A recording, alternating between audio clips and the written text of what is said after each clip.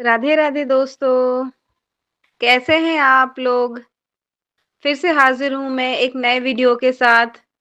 मेरे इस चैनल में आपका स्वागत है। राधे राधे दोस्तों, कैसे हैं आप सभी लोग? आशा करती हूँ आप सभी लोग कुशल से होंगे और साथ ही श्री हरि से भी प्रार्थना करती हूँ आप और आपका परिवार स्वस्थ रहे। प्यारे दोस्तों, आपका मेरे इस चैनल में बहुत बहुत स्वागत है। आज इस वीडियो के माध्यम से हम आने वाली परिवर्तनी एकादशी के बारे में बात करेंगे। तो वीडियो स्टार्ट करने से पहले जिसने भी मेरे इस चैनल को सब्सक्राइब नहीं किया है तो प्लीज़ इसे जाकर सब्सक्राइब कीजिए और मेरे इस वीडियो को एक लाइक ज़रूर कर दीजिए। साथ ही कमेंट बॉक्स में जाकर जय श्री हरि लिखना ना भूलें दोस्तों। तो दोस्तों आइए आगे इस वीडियो में हम परिवर्तनी एकादशी के बारे में विस्तार से जानेंगे। साथ ही उसकी कथा क्या है इसको हम लोग श्रवण करेंगे। 4 माह की योग निद्रा में इस दिन करवट बदलते हैं भगवान विष्णु। भाद्रपद महीने की शुक्ल पक्ष की एकादशी को परिवर्तनी एकादशी का व्रत रखा जाएगा, जो कि इस साल बुधवार 3 सितंबर 2025 को पड़ रही है। परिवर्तनी एकादशी को अलग अलग नामों से भी जाना जाता है, जो कि इस प्रकार है: पद्मिनी एकादशी, पद्मा एकादशी, पार्श्व एकादशी, जलझूलनी एकादशी, जयंती एकादशी, वामन एकादशी, डोल ग्यारस और वामन ग्यारस आदि नामों से भी जाना जाता है। इस दिन विशेष रूप से भगवान विष्णु के 5वें अवतार वामन रूप की पूजा की जाती है। आषाढ़ महीने के शुक्ल पक्ष की एकादशी से लेकर कार्तिक शुक्ल की एकादशी तक की अवधि को चतुर्मास कहा जाता है। यह हिंदू धर्म के लिए महत्वपूर्ण माना जाता है। चतुर्मास के 4 माह की अवधि में भगवान विष्णु क्षीर सागर में योग निद्रा में होते हैं और परिवर्तनी एकादशी के दिन वे निद्रा के दौरान करवट बदलते हैं। आइए जानते हैं कि परिवर्तनी एकादशी की कथा।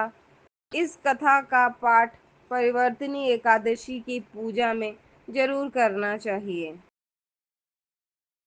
परिवर्तनी एकादशी की कथा इस प्रकार है। भगवान श्री कृष्ण से युधिष्ठिर भाद्रपद शुक्ल एकादशी के नाम और महिमा के बारे में पूछते हैं।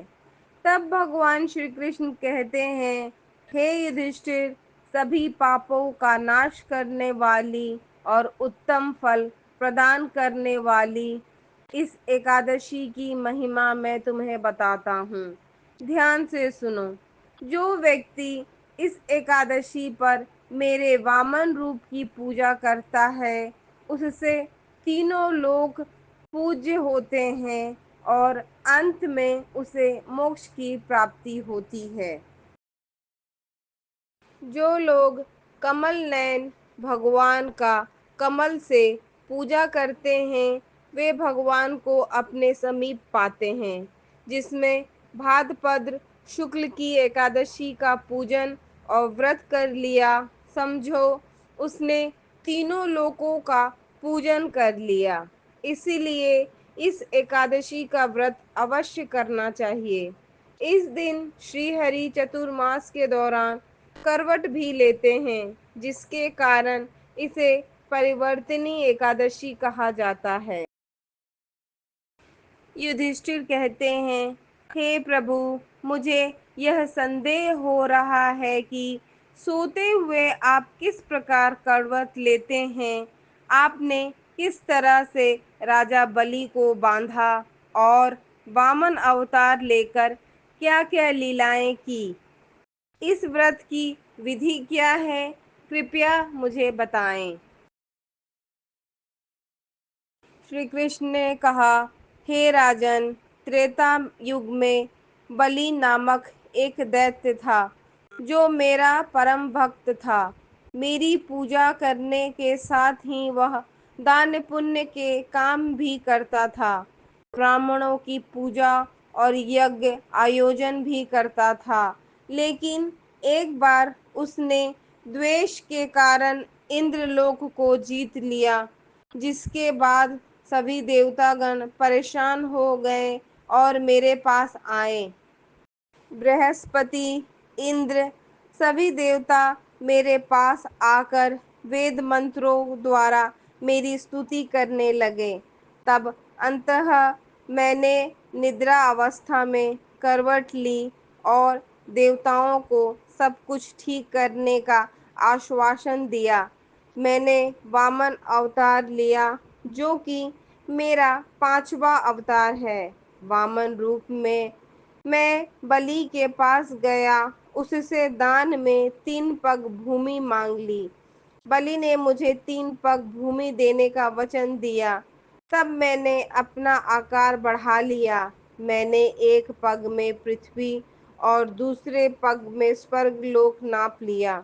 इसके बाद राजा बलि से कहा कि अब तीसरा पग कहाँ रखूं। बलि मेरी माया को समझ गया था। उसने अपना सर झुका लिया और मैंने अपना तीसरा पग उसके मस्तक पर रख दिया, जिससे वह पाताल लोक चला गया।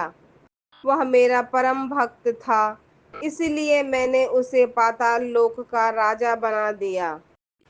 श्रवण या पठन करते हैं, उन्हें 1000 अश्वमेध यज्ञ कराने जैसा फल मिलता है और भगवान विष्णु की कृपा मिलती है।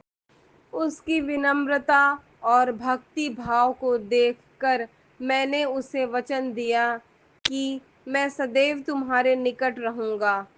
जो जातक परिवर्तिनी एकादशी का व्रत रखकर इस कथा का श्रवण या पठन करते हैं, उन्हें 1000 अश्वमेध यज्ञ कराने जैसा फल मिलता है और भगवान विष्णु की कृपा मिलती है। जय श्री हरि, जय माँ लक्ष्मी।